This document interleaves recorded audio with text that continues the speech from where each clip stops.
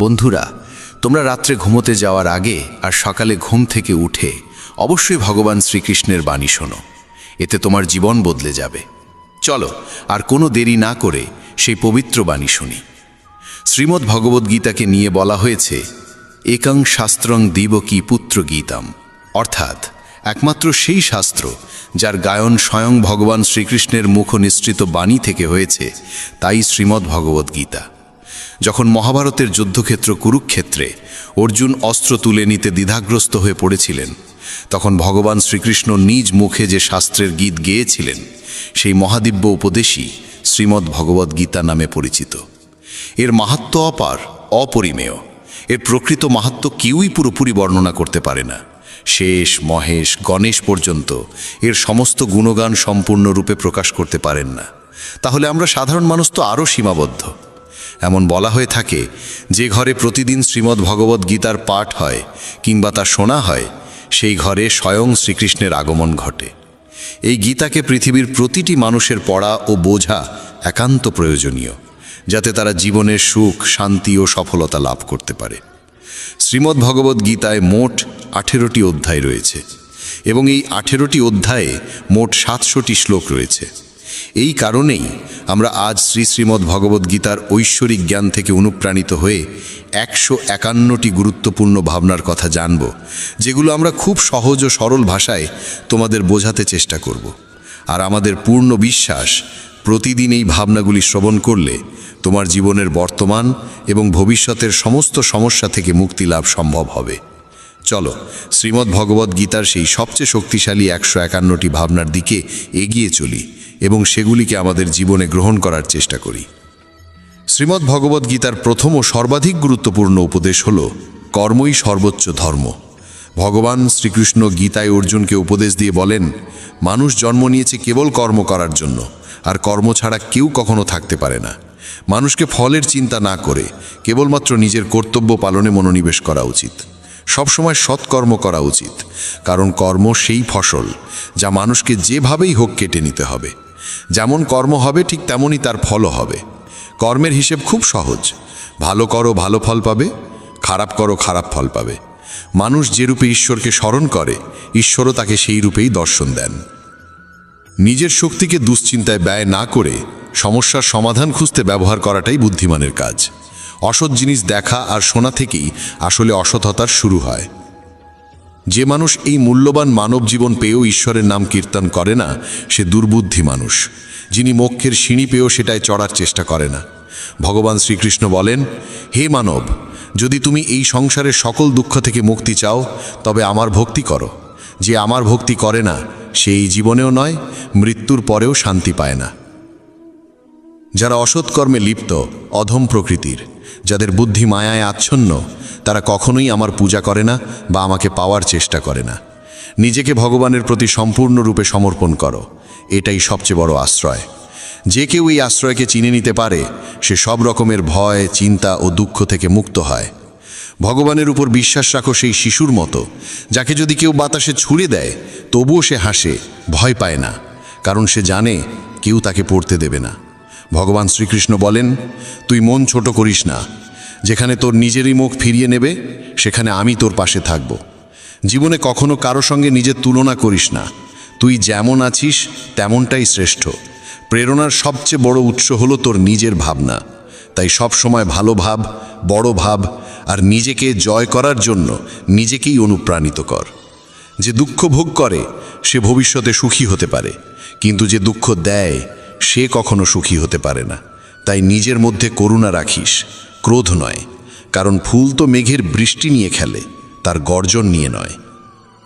মানুষ যতই মিষ্টি কথা বলুক, যদি সে মিথ্যা হয়, তাহলে সে একদিন তোর জন্য বিষ হয়ে উঠবে। আর একজন সত্যবাদী যতই তোর কাছে কঠোর মনে হোক, সে একদিন তোর জীবনের ওষুধ হয়ে উঠবে। ভগবান শ্রীকৃষ্ণ বলেন, মন শান্ত রাখার চেয়ে বড় সম্পদ এই দুনিয়ায় আর কিছু নেই। যে ব্যক্তি নিজের মন শান্ত রাখতে শিখে গেছে, তার চেয়ে ধনী কেউ হতে পারে না। সময় কখনো মানুষের তৈরি পথে চলে না, মানুষকে সময়ের দেখানো পথে চলতে হয়। একেই বলে নিয়তি। জীবন তখনই কঠিন লাগে যখন আমরা নিজের পরিবর্তনের বদলে পরিস্থিতি বদলাতে চাই।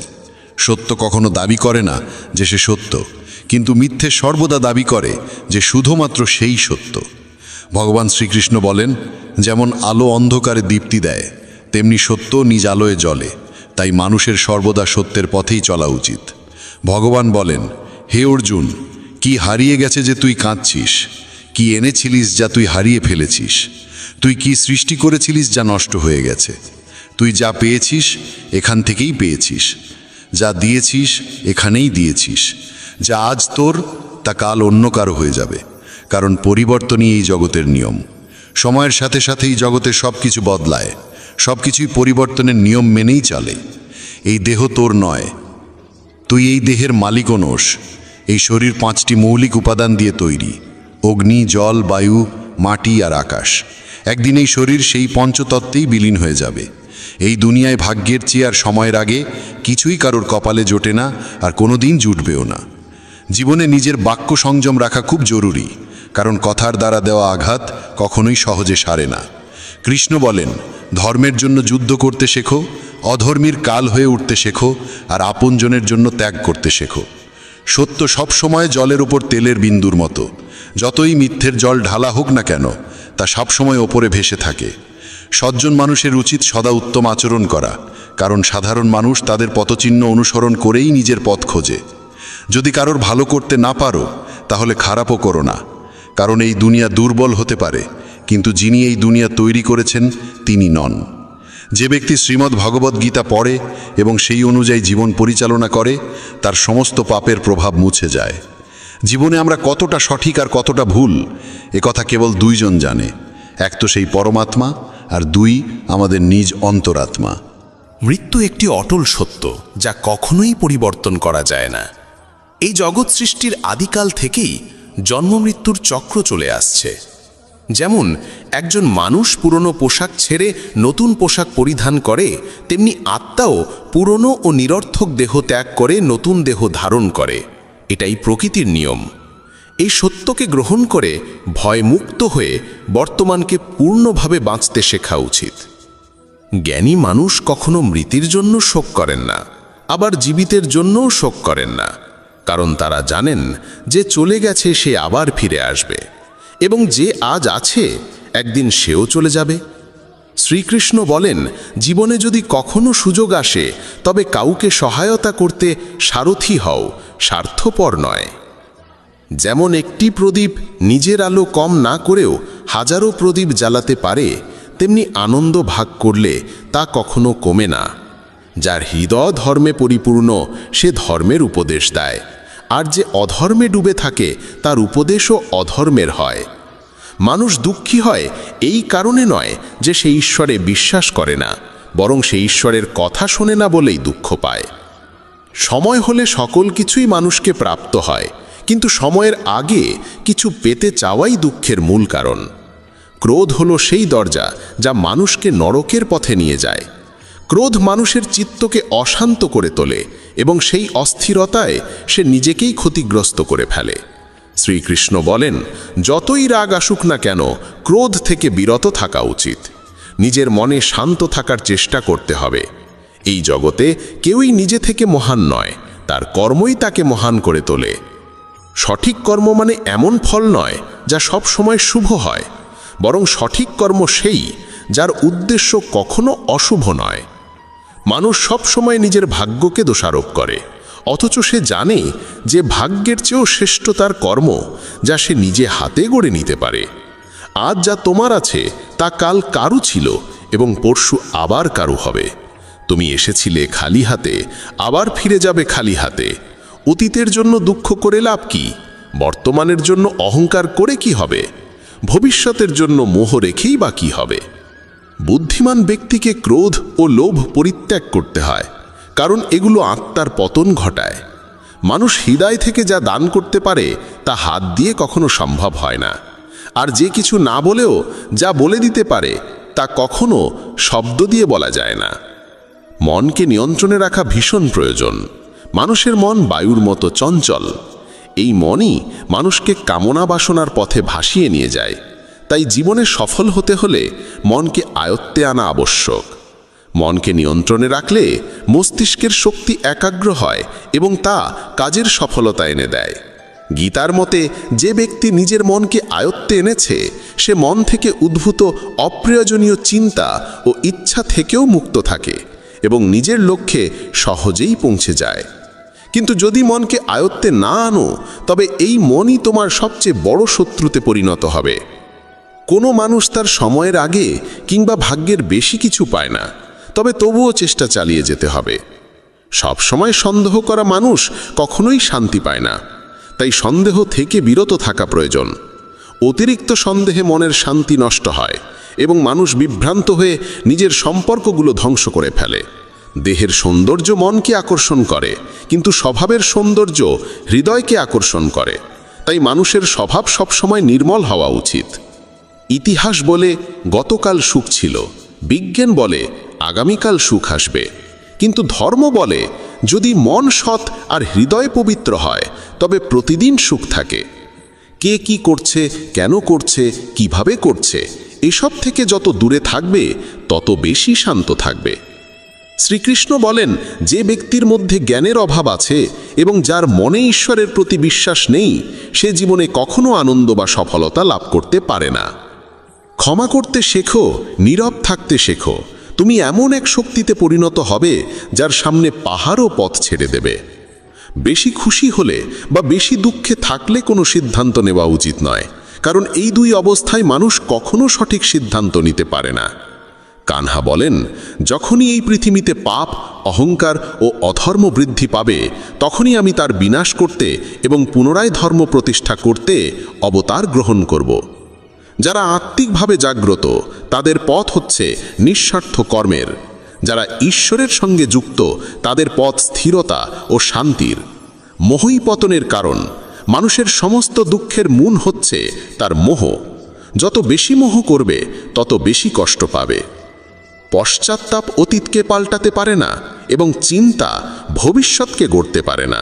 তাই বর্তমানেই সূক্ষ্ম যাই জীবনের আসল আনন্দ। মানব কল্যাণ হল গীতার মূল উদ্দেশ্য। তাই নিজের কর্তব্য পালন করতে গিয়ে মানুষের মঙ্গলকেই প্রাধান্য দেওয়া উচিত। হে অর্জুন, যে ব্যক্তি আমার অলৌকিক জন্ম ও কর্মকে সত্যভাবে উপলব্ধি করে সে দেহত্যাগের পর পুনর্জন্ম নেয় না এবং আমার পরমধামে পৌঁছে যায়। যে ব্যক্তি সমস্ত ইচ্ছাকে ত্যাগ করে, সমস্ত আবেগ থেকে মুক্ত হয়ে যায়, সে অপার শান্তি লাভ করে। শ্রীকৃষ্ণ বলেন, যে তোমার পাশে থাকে তার পাশে থাকো, যে তোমাকে ঠকায় তাকে ছেড়ে দাও। যেখানে তোমার সম্মান নেই সেখানে কখনো যেও না, না হলে মানুষ তোমাকে দুর্বল এবং মূর্খ ভাববে। যেখানে বৃষ্টি নেই সেখানে ফসল শুকিয়ে যায়, আর যেখানে সংস্কার নেই সেখানে ভাগ্যও শুকিয়ে যায়। ঈশ্বর আমাদের যা কিছু দিয়েছেন সেটাই আমাদের জন্য যথেষ্ট এবং সেটাই চিরন্তন সত্য। সংযম, সদাচার, স্নেহ এবং সেবা, এই গুণগুলো সত্য সঙ্গ ছাড়া আসে না।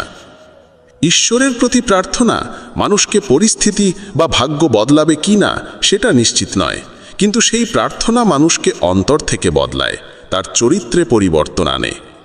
যে সমস্ত মানুষ বলে যে তাদের সময় নেই, প্রকৃতপক্ষে তাদের ঘনিষ্ঠ সম্পর্কের তালিকায় তোমার নামটাই নেই।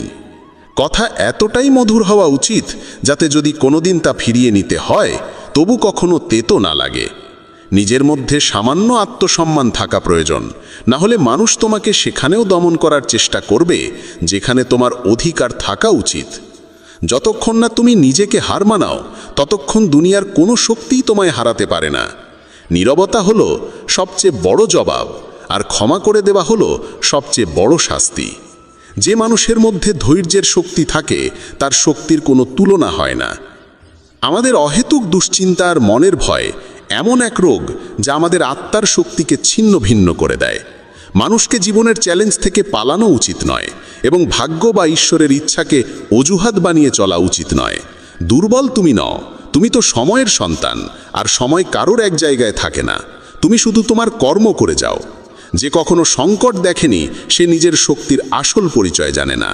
যে মানুষ অন্যের কষ্ট বোঝে, যার মধ্যে দয়া আছে, যার হৃদয় ভালো, তাদের আবার জন্ম নিতে হয় না। কাউকে কিছু দিয়ে অহংকার করো না। কে জানে তুমি দিচ্ছ না, শুধু আগের জন্মের ঋণ শোধ করছো। অহংকারী মানুষের বংশ, ঐশ্বর্য আর মর্যাদা এই তিনটেই একে একে হারিয়ে যায়। বিশ্বাস না হলে কৌরব আর কংসের উদাহরণ দেখো। যদি কারো উপর বিশ্বাস করতে চাও তবে তার কথায় নয়, তার আচরণে নজর দাও। ভগবান শ্রীকৃষ্ণ বলেন, যে মানুষ আমাকে চিনে যায় সে জন্ম আর মৃত্যুর বন্ধন থেকে মুক্ত হয়ে যায়। যা তোমার ভাগ্যে আছে তা তোমার কাছে নিজেই এসে যাবে, আর যা তোমার নয় তা এসেও সরে যাবে। যেমন হাওয়া নৌকাকে দিকভ্রষ্ট করে দেয়, তেমনি মানুষের বাসনা তার বুদ্ধিকে বিভ্রান্ত করে তোলে। ভগবান শ্রীকৃষ্ণ বলেন, যে মানুষ সুখ দুঃখ মান অপমান সব অবস্থায় শান্ত থাকে সেই মানুষই আমার কাছে অতি প্রিয়। সময় এক অদ্ভুত ব্যাপার। যদি তার সঙ্গে চলো সে তোমার ভাগ্য বদলে দেয়, আর যদি তার সঙ্গে না চলো তবে সে তোমার জীবনটাই বদলে দেয়। মানুষ কাঁদলে দুর্বল হয় একথা ঠিক নয়, বরং কান্নায় যিনি ভেঙে পড়েন তিনিই সবচেয়ে শক্তিশালী হয়ে ওঠেন। আমাদের যা আছে তাতেই খুশি থাকা উচিত, কারণ আমরা যেমন জীবনযাপন করছি সেটাই অনেকের স্বপ্ন। পাথর হয়তো শেষ আঘাতে ভেঙে পড়ে, কিন্তু প্রথম আঘাত কখনো বৃথা যায় না। সে মানুষটিকে কখনো বিশ্বাস করো না যার স্বভাবই হলো কষ্ট দেওয়া বা প্রতারণা করা। যদি চাও সবাই তোমায় ভালোবাসুক, তবে ভালোবাসার সূচনা তোমাকেই করতে হবে, কারণ প্রকৃতির নিয়ম যা বপন করবে তাই ফলবে। অনেক সময় কোনো কিছু আঁকড়ে রাখা তোমার ক্ষতি করে দিতে পারে, তাই যা চলে যেতে চায় তাকে চলে যেতে দাও। চোখের জল যদিও ওজনে হালকা, কিন্তু ঝরে পড়লে মনটা অনেক হালকা হয়ে যায়। মানুষ ভুল করে অন্যদের চোখে ধুলো দিতে পারে, কিন্তু ভগবান তো সব হিসেব রাখেন। তোমার সততা আর অন্যের ভুল কখনো বোঝাতে যেও না, সময় একদিন সব নিজেই বুঝিয়ে দেবে। ঈশ্বরের সৃষ্ট একটি গাছের নিচে যেমন ধনী বসতে পারে তেমনি গরিবও বসতে পারে। দুজনই একরকম বাতাস আর ছায়া পায়, কোনো তফাৎ নেই।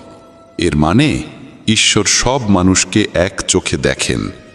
সেই মানুষটিকে কখনো উপেক্ষা করো না যে তোমায় ভালোবাসে, তোমার যত্ন নেয়, তোমায় মনে করে, কারণ একদিন যখন তোমার চোখ খুলবে তখন তুমি বুঝবে যে তুমি তারা গুনতে গুনতে চাঁদকে হারিয়ে ফেলেছ। ধৈর্য রাখো, সঠিক সময় এলে তুমি সব কিছু পাবে যার জন্য তুমি এতদিন পরিশ্রম করেছ। অনেক সময় ঈশ্বর তোমায় ধনী করেন এই কারণ তিনি নিজে গিয়ে সবার দরজায় দরজায় সাহায্য করতে পারেন না। তাই যা কিছু তোমার আছে তা ভাগ করে নিতে শেখো। ধ্যান মানে হলো ভেতর থেকে হাসা, আর সেবা মানে হলো এই হাসিটাকে অন্যদের কাছে পৌঁছে দেওয়া। যখন আগামীকাল কি হবে তা জানো না, তখন আজকের দিন কেন নষ্ট করছো? যে মুহূর্তে হাসা যায় সেই মুহূর্তে কাল নিয়ে কান্না করে সময় নষ্ট করার মানে নেই। সৌভাগ্যবান তারাই যারা সব ভালো পায় তা নয়, বরং সৌভাগ্যবান তারাই যারা যা পায় তা ভালো করে নেয়। যদি শান্তি চাই তবে অন্যের কাজে আর অন্যের ভুলে মন দেওয়া বন্ধ করে দাও। শুধু নিজের জীবন আর ভালো জিনিসগুলোর দিকেই মন দাও। তুমি জলের মতো হও যে নিজের পথ নিজেই তৈরি করে নেয়। পাথরের মতো কঠিন হইও না যে নিজে তো থেমে যাই, অন্যের পথেও বাধা হয়ে দাঁড়ায়।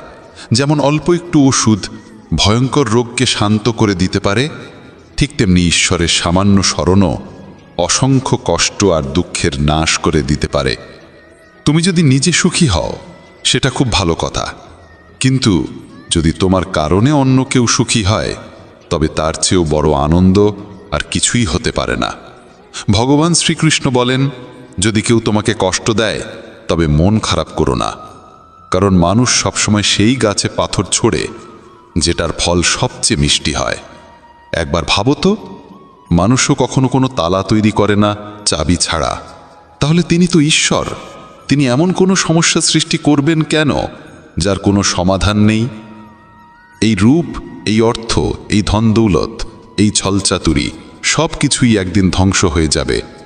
একমাত্র তোমার সৎ কর্মই তোমার সঙ্গে যাবে। যে মানুষ সহজ সরল স্বভাবের তাকে কখনো দুর্বল ভেবে ভুল করো না, কারণ তার সরলতা তার চারিত্রিক সংস্কার, দুর্বলতা নয়।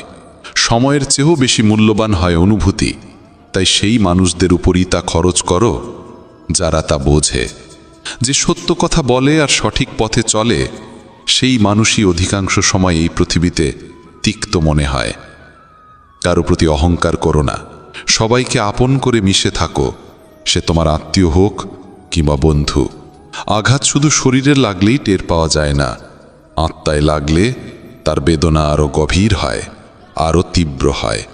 যে দান কোনো শর্ত ছাড়া কর্তব্য হিসেবে নিঃস্বার্থভাবে কাউকে দেওয়া হয়, সেটাই প্রকৃত দান। নিন্দার ভয় পেয়ে কখনো তোমার লক্ষ্য থেকে মুখ ফিরিও না, কারণ লক্ষ্য পূরণ হলেই নিন্দুকদের মত পাল্টে যায়।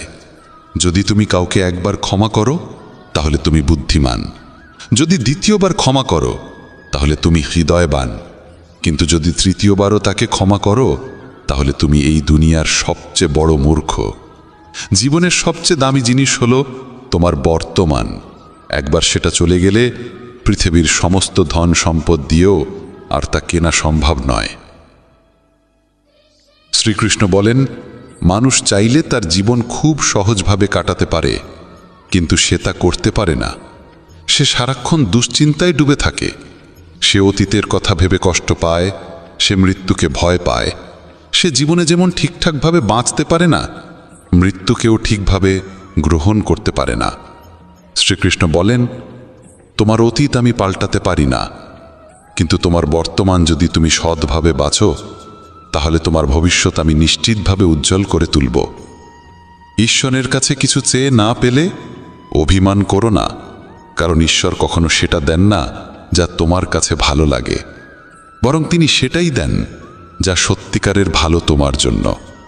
যেমন সমুদ্র পার হতে হলে নৌকাই একমাত্র উপায়, তেমনি স্বর্গে পৌঁছানোর একমাত্র সোপান হল সত্য। আমরা কিছু না বললেও তিনি শুনে নেন, তাই তার নাম পরমাত্মা। আর তিনি কিছু না বললেও আমরা যদি অনুভব করতে পারি, সেটাই শ্রদ্ধা। কানহা বলেন, আমি এই পৃথিবীর মাটির কোমল গন্ধ, আমি আগুনের তাপ, আমি সব জীবের প্রাণ, আর সন্ন্যাসীদের আত্মসংযম আমি। ভগবান শ্রীকৃষ্ণ বলেন, যে ব্যক্তি মৃত্যুর সময় আমায় স্মরণ করে শরীর ত্যাগ করে, সে আমার চিরন্তন ধামে পৌঁছায়। হে মানব, যদি তুমি সংসারের সব দুঃখ থেকে মুক্তি পেতে চাও তবে আমার ভক্তি করো। যে আমার ভক্তি করে না সেই জীবনেও শান্তি পায় না, না মৃত্যুর পর। ভগবান বলেন, যে ব্যক্তি গীতার এই গূঢ় জ্ঞানকে ভক্তদের মাঝে পৌঁছে দেয়, তাদের মধ্যে প্রচার করে, সে আমার অত্যন্ত প্রিয় হয়। যেমন এই জ্ঞানের মাধ্যম আমরা হয়েছি, তেমনি তুমিও মাধ্যম হও। এই অমূল্য জ্ঞানকে যতটা সম্ভব বেশি মানুষের কাছে পৌঁছে দাও এবং ভগবান শ্রীকৃষ্ণের প্রিয় ভক্ত হয়ে ওঠো। বন্ধুরা, যদি ভগবান শ্রীকৃষ্ণের এই বাণী তোমার ভালো লেগে থাকে তবে মন্তব্যে জয় শ্রী রাধে কৃষ্ণ লিখতেই হবে।